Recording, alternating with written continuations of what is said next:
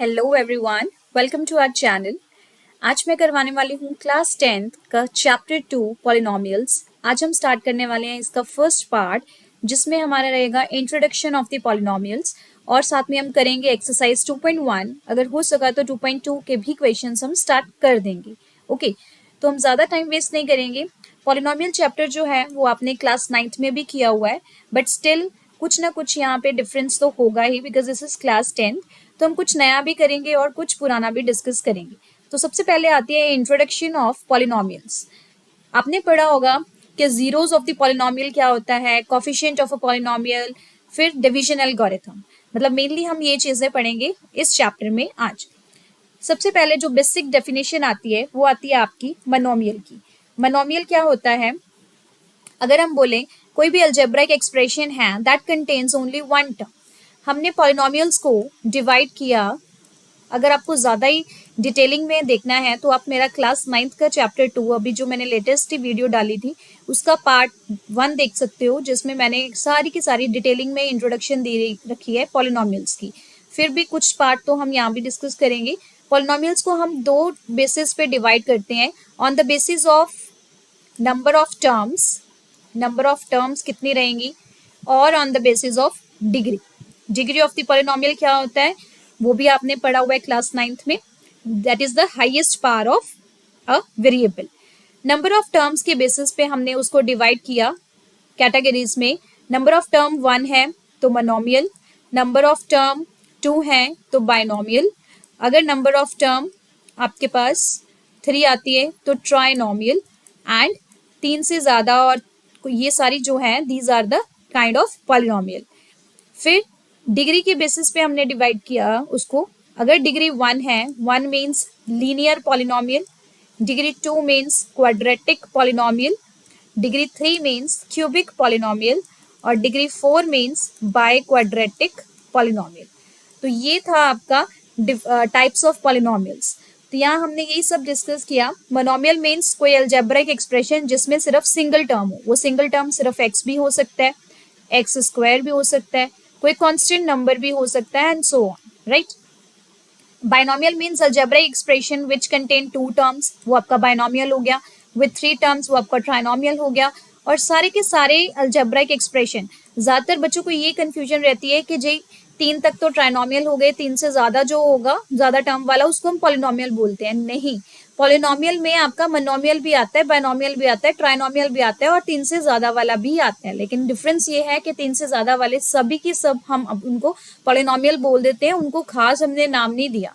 Otherwise ये सारे types of polynomials ही हैं। ओके, सो पॉलिनोमियल्स उसके बाद आते हैं ऑफ डिग्री 1, 2 एंड 3 को हमने डिवाइड किया as linear, quadratic and cubic polynomials respectively, जो मैंने अभी डिस्कस किया। उसके बाद जो आता है a quadratic polynomial in x with the real coefficient is of the form ax square plus bx plus c, where a, b, c are the real numbers with a not equal to 0। यहाँ पे actual में ये square है। अगर आप journal देखो, journal आपकी जो इक्वेशन आती है या पॉलिनोमियल आती है that is a x square plus b x plus c, ये आती है। यहाँ पे हमेशा एक्स स्क्वायर का जो कोफिशिएंट रहता है वो आपका ए होगा, एक्स का कोफिशिएंट आपका बी होगा, और कांस्टेंट टर्म होगी हमारी सी। सी को हमेशा हम कांस्टेंट टर्म से रिप्रेजेंट करेंगे।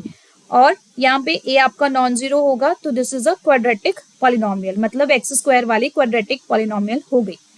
फिर उसके बाद आता है the zeros of the polynomial px are precisely the x coordinates of the points where the graph of y is equal to px intersects the x-axis. That is, x is equal to a is a zero of a polynomial px if p of a equals to 0। ये आपको थोड़ा सा typical लगा होगा, but ये है वही चीज़ जो हमने क्लास 9th में भी की थी, जिसमें हमने फैक्टर थ्योरम और यूज़ किया था कि p ऑफ x अगर आपके पास कोई भी पॉलिनोमियल है, जब ए एक्स की वैल्यू को अगर मैं ए पुट करूं और ए पुट करने पे मेरे पास पॉलिनोमियल में आंसर 0 आ रहा है, तो मैं ए को क्या बोलूंगी? वो एक्स की वैल्यू जिसको मैंने पुट किया अपने पॉलिनोमियल में और आंसर मुझे 0 आया, तो उस वैल्यू को मैं बोलूंगी 0 ऑफ द पॉलिनोमियल, राइट। और यहाँ पे इन्होंने ग्राफ के बेसिस पे आपको बताया है कि अगर आप जो भी आपके पास y, क्योंकि हम पॉलिनोमियल को लिखते हैं y is equal to p of x की फॉर्म में, मतलब जो भी आपकी पॉलिनोमियल की इक्वेशन होगी वो y is equal to something होगी, राइट। अगर मैंने यहाँ पे ये लिखा है तो this is y is equal to ax square plus bx plus c। तो यहाँ पे हमारे पास ये x एक्सिस होती है, वी नो, ये आपके पास y एक्सिस होती है, राइट। तो x एक्सिस को ये ग्राफ कितने पॉइंट्स पे कट करता है, दैट डिसाइड्स कि इस पॉलिनोमियल की कितनी जीरोज होंगी, सिर्फ और सिर्फ x एक्सिस को। इसको हम इस रिजल्ट को हम यूज करने वाले हैं हमारी फर्स्ट एक्सरसाइज में भी।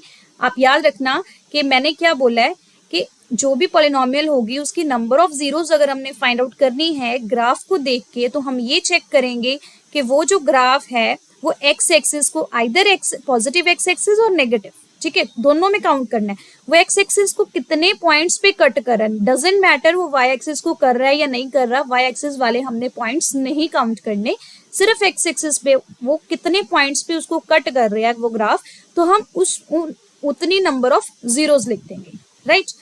फिर आता है a polynomial can have at most the same number of zeros as the degree of the polynomial. At most मतलब मैक्सिमम, किसी भी पॉलिनोमियल के पास उतनी ही जीरोज होंगी जितनी उसकी डिग्री होगी। अगर मैं बोलूं डिग्री 1 है तो उसके पास एक ही जीरो होगी, अगर मैं बोलूं डिग्री 2 है तो उसके पास 2 जीरोज होंगी। तो linear polynomial has only 1 zero, quadratic has 2 zero, cubic has 3 zeros, by quadratic has 4 zeros. It depends कि डिग्री कितनी है पॉलिनोमियल की, उतनी नंबर ऑफ जीरोज एग्जिस्ट करेंगी उस पॉलिनोमियल की, या फिर उतने एक्स की वैल्यूज आपकी एग्जिस्ट करेंगी ही करेंगी। कैसे फाइंड आउट करनी है वो हम बाद में देखेंगे, राइट। फिर for a quadratic polynomial x square plus b x plus c के लिए कोई भी क्वाड्रेटिक पॉलिनोमियल है, हमारे पास क्या आता है, किसी भी क्वाड्रेटिक पॉलिनोमियल के लिए ये आपने रिजल्ट को याद रखना है, क्योंकि जनरल इक्वेशन क्या है हमारी, a x square, sorry, general equation क्या है हमारी, ए एक्स स्क्वायर प्लस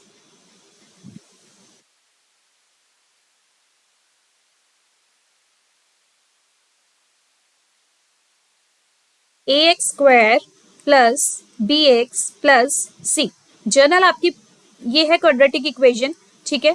यहाँ पे अगर हमने जीरोस के बीच में रिलेशन देखना है तो दिस इज वेरी इंपॉर्टेंट कि सम ऑफ द जीरोस हमेशा आपका माइनस बी अपॉन ए रहेगा और प्रोडक्ट ऑफ द जीरोस हमेशा आपका सी अपॉन ए रहेगा। अगर आपके पास कोई भी पॉलिनोमियल दी गई है, suppose I have 3x square plus 2x plus 5 equals to 0, ये मेरे पास पॉलिनोमियल है। यहाँ पे अगर मैंने सम ऑफ द जीरोस और प्रोडक्ट ऑफ द जीरोस को फाइंड आउट करना है तो मैं सबसे पहले ए बी सी की वैल्यू को फाइंड करूंगी। यहाँ पे जब मैंने इस इक्वेशन को अपनी इस जनरल इक्वेशन के साथ कंपेयर किया तो I get a is equal to 3, b is equals to 2, c is equal to 5, ठीक है जी। उसके बाद सम ऑफ द जीरोस क्या आएगा मेरे पास, प्रॉब्लम इसी नहीं है, सम ऑफ द जीरोस क्या आएगा मेरे पास, sum would be minus b upon a, minus b क्या है मेरा 2 अपॉन ए क्या है 3, तो ये आ गया मेरा सम ऑफ द जीरोस। प्रोडक्ट अगर मैंने फाइंड आउट करना हो तो प्रोडक्ट की वैल्यू होती है सी अपॉन ए, सी की वैल्यू क्या है 5, ए की वैल्यू क्या है 3, ये आ गया मेरा प्रोडक्ट, ये आ गया मेरे सम। मैंने बिना जीरोस को फाइंड किए उन जीरोस का सम भी फाइंड आउट कर लिया और उन जीरोस का प्रोडक्ट भी फाइंड आउट कर लिया यूजिंग दिस फॉर्मूला। तो ये इंपॉर्टेंट कितना हुआ फॉर्मूला, है ना, तो ये आपको याद रखना है, हम यूज करेंगे अपनी आगे वाली एक्सरसाइजेस में भी। फिर आता है क्यूबिक पॉलिनोमियल, सेम ऐसे ही फॉर्मूला हमारी क्यूबिक पॉलिनोमियल के लिए भी है। ये क्यूबिक पॉलिनोमियल होगी आपकी जर्नल, ठीक है। अगर अल्फा बीटा गामा, हाँ जी, ये मैंने अभी बताया कि अगर डिग्री 3 है तो उसमें आपकी 3 जीरोज होंगी, तो हमने माना अल्फा बीटा गामा। आप x1 x2 x3 मान सकते हो, xyz मान सकते हो, it depends on you. Alpha beta gamma मैंने माना, आप मेरी 3 जीरोज हैं इस जनरल इक्वेशन की, तो फॉर्मूला क्या रहेगा, sum of the zeros is minus b upon a. Product, अब प्रोडक्ट डायरेक्ट प्रोडक्ट नहीं है, फर्स्ट का सेकंड के साथ, सेकंड का थर्ड के साथ, थर्ड का अगेन फर्स्ट के साथ, प्रोडक्ट के साथ उनका सम भी है, वो उसकी वैल्यू रहेगी सी अपॉन ए, और डायरेक्ट प्रोडक्ट तीनों जीरोस का रहेगा मेरा डी अपॉन ए, ठीक है। ये तो वैसे ही आपने अप्लाई करना है जैसे हमने इस फॉर्मूलाज में अप्लाई किया। फिर आती है डिवीजन एल्गोरिथम। डिवीजन एल्गोरिथम को ज्यादा डिटेलिंग में नहीं करना, सिर्फ हमने इसका ये देखना है कि क्या मतलब है। Division algorithm states that given any polynomial px के लिए अगर आप किसी भी पॉलिनोमियल px को डिवाइड करते हो gx के साथ, तो आपके पास कुछ ना कुछ कोशिएंट आता है, वो भी एक पॉलिनोमियल आएगी, कुछ ना कुछ रिमाइंडर आता है, वो भी एक पॉलिनोमियल में एग्जिस्ट करेगा, चाहे वो मोनोमियल हो, चाहे वो आपकी लीनियर पॉलिनोमियल हो, चाहे वो आपकी क्वाड्रेटिक तो नहीं हो सकता, ठीक है, कांस्टेंट टर्म हो सकता है या फिर बाइनोमियल हो, तो इट वेरीज। जब आपने px को gx के साथ डिवाइड किया तो हमारे पास एक क्वेश्चन आया qx की फॉर्म का और एक रिमाइंडर आया rx की फॉर्म का, ठीक है जी, और gx आपका यहाँ पे नॉन जीरो होना चाहिए था। अब px जो है फिर हम उसको कैसे लिखेंगे, px is equals to gx multiply qx plus rx, तो वो px कैसा बना होगा, gx multiply qx plus rx, ये वैसा ही है जो आपने लोअर क्लासेस में फॉर्मूला किया था जब आपने स्टार्टिंग में डिवीजन करना शुरू किया था। उसके लिए हमारे पास होता था dividend is equal to divisor multiply quotient plus remainder, तो यहाँ पे हमारे पास डिविडेंड हो गया p ऑफ x, डिवाइजर हो गया gx, कोशिएंट हो गया qx और रिमाइंडर हो गया rx, ठीक है जी। और यहाँ पे मेन आती है कंडीशन फॉर rx, rx की वैल्यू जो है वो आपकी 0 होगी या फिर 0 होगी या फिर उसकी डिग्री जो होगी वो gx के से कम होगी, यही हो सकते हैं, या तो rx आपका 0 हो सकता है या rx की डिग्री जो है वो gx की डिग्री से कम होनी चाहिए, तभी हम उसको रिमाइंडर बोलेंगे, अदरवाइज आपको उसको आगे आगे सॉल्व करते जाना है, ठीक है जी। ये आपका यूज होता है जब हम क्यूबिक पॉलिनोमियल्स को सॉल्व करते हैं, फैक्टराइज करते हैं, वो सब, ठीक है। तो इतना ही अभी याद रखना है, ज्यादा डिटेलिंग में हम करेंगे जब हम क्वेश्चंस करेंगे। ऑल राइट, अब एक्सरसाइज 2.1 को देखते हैं। The graphs of y is equal to px are given in this figure below. For some polynomials px, you need to find out the number of zeros of the px in each case. यहाँ पे हमने वही result apply करना है जो मैंने starting में introduction में बताया कि नंबर ऑफ जीरोस उतने ही होंगे इस ग्राफ की, इस पॉलिनोमियल की, जितने पॉइंट्स पे वो एक्स एक्सिस को कट करेगा या इंटरसेक्ट करेगा, एक्स एक्सिस को बोला गया। यहाँ पे एक मिस्टेक है, ये आपकी है वाई एक्सिस, ठीक है, यहाँ सब जगह एक्स ही लिखा हुआ है, आई थिंक एनसीईआरटी में भी एक्स ही होगा, तभी ये यहाँ पे गलत है, ठीक है, but this is y axis, okay, this is y axis, हर जगह पे ये वाई है, नेगेटिव वाई नीचे आ गया, पॉजिटिव वाई आपका ऊपर आ रहा है। तो इसमें हमने नंबर ऑफ जीरोस को फाइंड करना है। फर्स्ट देखते हैं ध्यान से, तो y एक्सिस को तो कट कर रहे हैं यहाँ पे एक पॉइंट पे, लेकिन x एक्सिस को कहीं भी ये ग्राफ कट नहीं कर रहा, ये लाइन कहीं भी नहीं कट कर रही, इसका मतलब यहाँ पे नंबर ऑफ जीरोस क्या आ गई आपकी, 0, कहीं भी x एक्सिस को नहीं कट कर रहा, ठीक है जी। सेकंड पे चलते हैं, यहाँ पे x एक्सिस को कट कर रहा है यहाँ, ठीक है, यहाँ तो कहीं भी हमने काउंट नहीं करना, सिर्फ पूरी x एक्सिस की लाइन को कहाँ पे कट कर रहा है, एक पॉइंट पे, तो यहाँ नंबर ऑफ जीरोस क्या आ गई आपकी 1, ठीक है। थर्ड में देखते हैं, एक यहाँ पे कट हो रहा है, एक यहाँ पे और एक यहाँ पे, तो नंबर ऑफ जीरोस कितनी आ गई 3। ज्यादा नहीं सोचना, डायरेक्ट देखो कि कितने पॉइंट्स पे कट कर रहा है, सिर्फ और सिर्फ एक्स एक्सिस को, यहाँ पे कर रहे हैं, यहाँ पे कर रहे हैं, तो यहाँ पे एन की वैल्यू क्या आ गई आपकी 2। यहाँ पे देखते हैं 1 2 3 और 4, तो इस इक्वेशन की आपके पास 4 नंबर ऑफ जीरोस होंगी।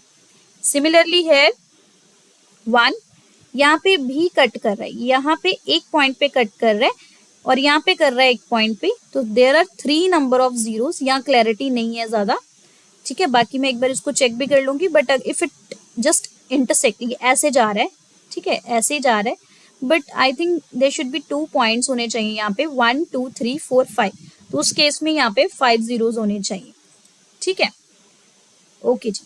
तो ये तो थी आपकी एक्सरसाइज 2.1 जिसमें आपका सिर्फ और सिर्फ एक ही क्वेश्चन था। बस आज के लिए इतना ही करते हैं, क्योंकि मैंने काफ़ी आपको डेफिनेशन भी एक्सप्लेन कर दी और ये आई थिंक जो एल्गोरिथम थी इससे आप कंफ्यूज ना हो जाओ। तो बस आप इतना याद रखना है आपको, ये sum of the zeros, product of the zeros का फॉर्मूला क्या होता है, ठीक है, डिवीजन एल्गोरिथम की स्टेटमेंट क्या है, और ये डेफिनेशंस, और जो हमने अभी रिजल्ट अप्लाई किया हमारा नंबर ऑफ जीरोस को फाइंड आउट करने के लिए। फिर हम अपनी नेक्स्ट वीडियोस में देखेंगे कि एक्सरसाइज 2.2 में क्या आ रहा है। So that's it for today, thank you for watching, if you like please subscribe my channel, thanks.